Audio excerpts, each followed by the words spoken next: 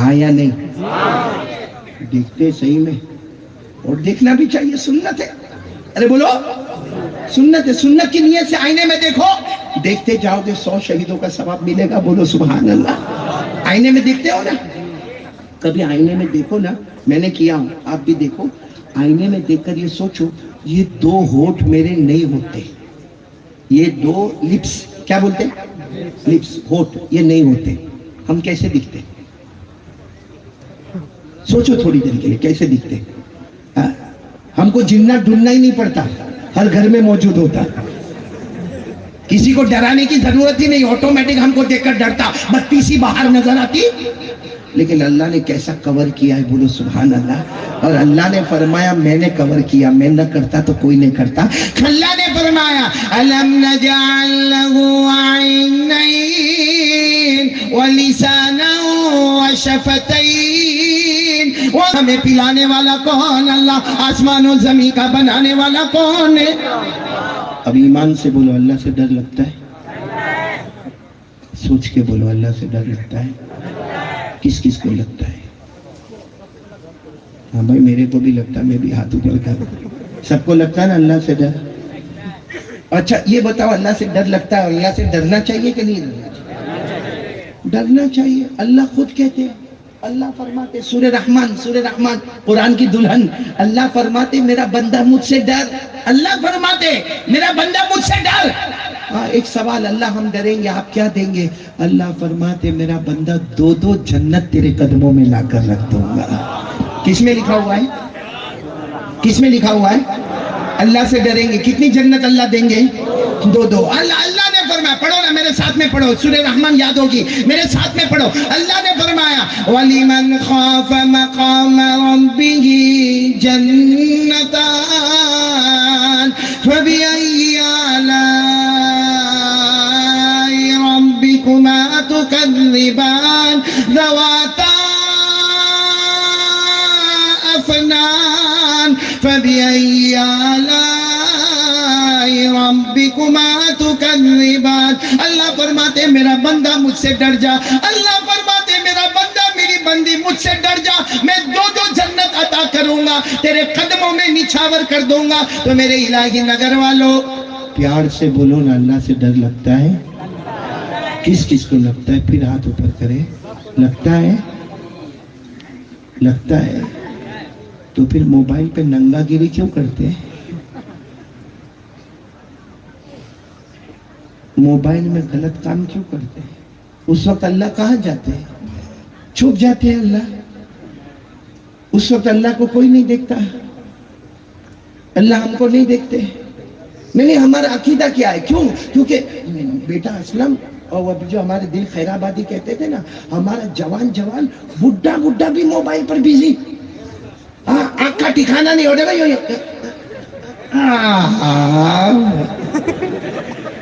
بولو صحیح ہوتا ہے کہ نہیں ہوتا ہے؟ نہیں، میں آپ سے پوچھنا چاہتا ہوں، ہمارے موبائل میں، کل میں نے اربا میں بھی کہا تھا، آج پھر آپ سے کہہ رہا ہوں، ہمارے موبائل میں عورت کا فوٹو آتا ہے، آدھا کپڑا پہنی ہے، گانا گا رہی ہے، پیچھے گانا بج رہا ہے، یہ ناچ رہی ہے، 12-15 منٹ کی کلپ ہے. ہم جب اس کو دیکھتے ہیں، اچھا دیکھا ٹھیک ہے، گناہ ہو گیا، مانگ لے، معافی مانگ لے نا، اللہ معاف کر دے نا. اپنے دوست کو فون کرے گا رات کو 12 بجے، بہت اچھی کلپ آئی ہے، تیرے کو بھیجوں؟ وہ نالائق کم بخت، ہاں میں جاگتا ہوں، تو بھیجنا بھیج. اب اس نے یہاں سے یوں بٹن دبایا، او کلپ وہاں پر گئی، اس نے 12-15 منٹ تک کلپ دیکھا. اب اس کو فون کرتا ہے اور کیا کہتا ہے معلوم؟ Very hot. دوسری ہوئے تو بھیج دینا. اچھا میرے کو یہ بتاؤ، یہ ہو رہا ہے کہ نہیں ہو رہا؟ اچھا یہ جو عورت ناچ رہی ہے، پیچھے گانا بج رہا ہے، تھوڑی دیر کے لیے الہی نگر والوں سوچو، اگر ہماری بیٹی ہوتی، ہماری بہن ہوتی، ہماری ماں ہوتی، ہماری بیوی ہوتی، ہمارے گھر کی بہو ہوتی، کیا ہم دوست کو کہتے ہیں 12 منٹ میری بیٹی ننگا ناچ کرنے والی ہے، دیکھ لے؟ کہتے ہم لوگ؟ تو ہماری بیٹی بیٹی ہے. ہمارا اسلام دھرم ہم کو یہ سکھاتا ہے کہ کسی بھی عورت کو ذلیل کرنے کا، کسی بھی عورت کو رسوا کرنے کا کیا ہے؟ آج ہمارے موبائل پر کیا ہوتا ہے؟ یہ جتنے میرے جوان بیٹھے ہیں، اللہ کی قسم کھا کر کہتا ہوں یہ موبائل نہیں ہے، یہ اللہ کی لعنت ہے جو ہمارے ہاتھوں میں ہے۔ ڈر لگتا ہے شاید اس کی وجہ سے موت کے وقت کلمہ نصیب نہیں ہوگا۔ کتنا آرام سے آپ لوگوں نے کہہ دیا ہم اللہ سے ڈرتے، ہاتھ اٹھا کر کہہ دیا ہم اللہ سے ڈرتے۔ آپ کو یہ نہیں لگا کہ میں جھوٹ بولتا ہوں؟ موبائل پہ یہ ننگا گیری ہوتی ہے، یہ اللہ کا ڈر ہے۔ موبائل میں زنا ہوتا ہے، موبائل میں سنیپ چیٹنگ ہوتی ہے، موبائل میں چغلی ہوتی ہے، موبائل میں چوری ہوتی ہے، موبائل میں ریاض کا کاروبار ہوتا ہے، موبائل میں غیبت ہوتی ہے، موبائل میں لوگوں پہ تہمت لگائی جاتی ہے، موبائل میں غلط الزام لگائے جاتے ہیں، موبائل میں بلیک میل ہوتا ہے، موبائل میں گندی سے گندی فلم دیکھی جاتی ہے جس کو زبان پر نہیں لا سکتے، موبائل پر ایپیسوڈ پر ایپیسوڈ ایپیسوڈ پر ایپیسوڈ دیکھا جاتا ہے، موبائل پر گیم پر گیم گیم پر گیم گیم پر گیم کھیلی جاتی جس کی وجہ سے ہماری راتوں کی نیند برباد ہو گئی۔ ارے موبائل کی وجہ سے وہ ہماری ماں جس کے قدموں کے نیچے جنت ہے وہ تڑپ تڑپ کے روتی ہے کہ میرا بیٹا کب موبائل چھوڑے گا، میرا بیٹا کب موبائل چھوڑے گا۔